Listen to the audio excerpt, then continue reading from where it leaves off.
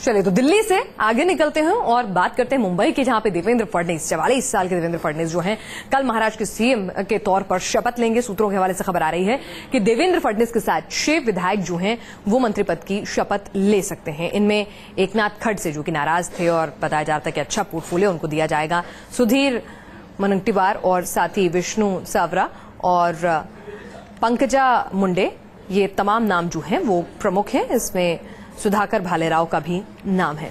ये 6 नाम शुरुआत में आ रहे हैं और कोशिश ये है कि सभी क्षेत्र और सभी वर्ग का प्रतिनिधित्व जो है इस शुरुआत में एक छोटे मंत्रिमंडल में हो जाए। हमारे साथ हमारे संवाददाता रफीक मुल्ला इस वक्त है। रफीक, शुरुआत में सिर्फ 6 ही विधायकों को शपथ दिलाई जाएगी देवेंद्र फडणवीस के साथ, इस तरह की खबरें आ रही हैं। उन 6 का चुनाव किस आधार पर हुआ है? कुछ और नाम भी शामिल हो सकते हैं क्या? पोर्टफोलियो डिवीजन की भी चर्चाएं गर्म होने लग गई हैं। क्या कुछ खबर वहां से आ रही है ग्राउंड जीरो से? आपसे अपडेट चाहेंगे। देखिए कि जो नाम है 31 तारीख को शपथ लेंगे, उन नामों की चर्चा है पूरी तरह से। सूत्रों की जानकारी ये है कि 7 मुख्यमंत्री के साथ साथ 6 मंत्री शपथ लेंगे, जिसमें 5 कोर कमेटी के सदस्य हैं और दूसरे 2 नाम हैं। कुल मिलाकर ओबीसी, एससी और आदिवासी को रिप्रेजेंटेशन देने की कोशिश की गई है। हमारे साथ है केंद्रीय मंत्री राव साहब दानवे, वो ज्यादा जानकारी दे पाएंगे इस पर कि कुल मिलाकर 7 मंत्री शपथ लेंगे। कौन से वो 7 मंत्री होंगे कल, और उसमें वो संख्या ज्यादा बढ़ेगी क्या? कल जो मंत्रिमंडल का शपथ ग्रहण होने वाला है उसमें सबसे पहले तो देवेंद्र जी सीएम की शपथ लेंगे और उसके बाद महाराष्ट्र में जो हमारी टीम काम करती है उन्हीं में से कुछ लोगों को शपथ दिलाई जाएंगी।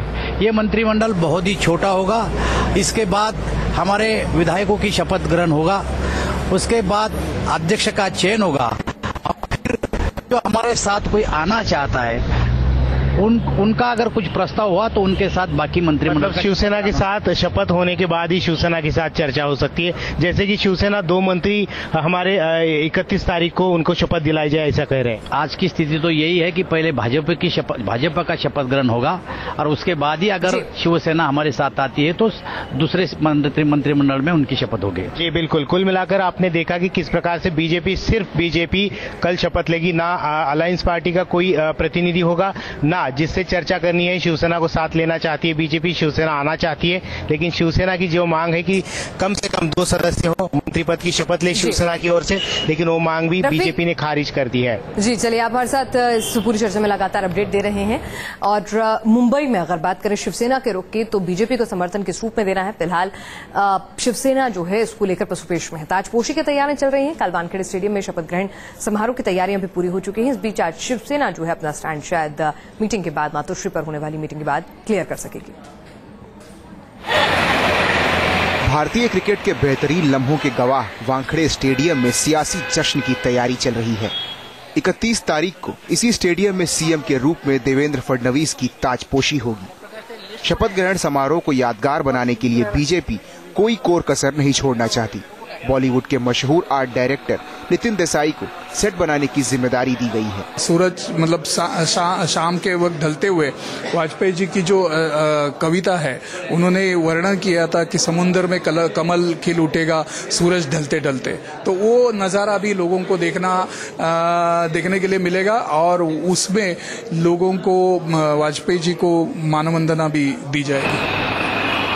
नितिन देसाई के बयान से अंदाजा लगाया जा सकता है कि समारोह कितना भव्य और शाही होने वाला है।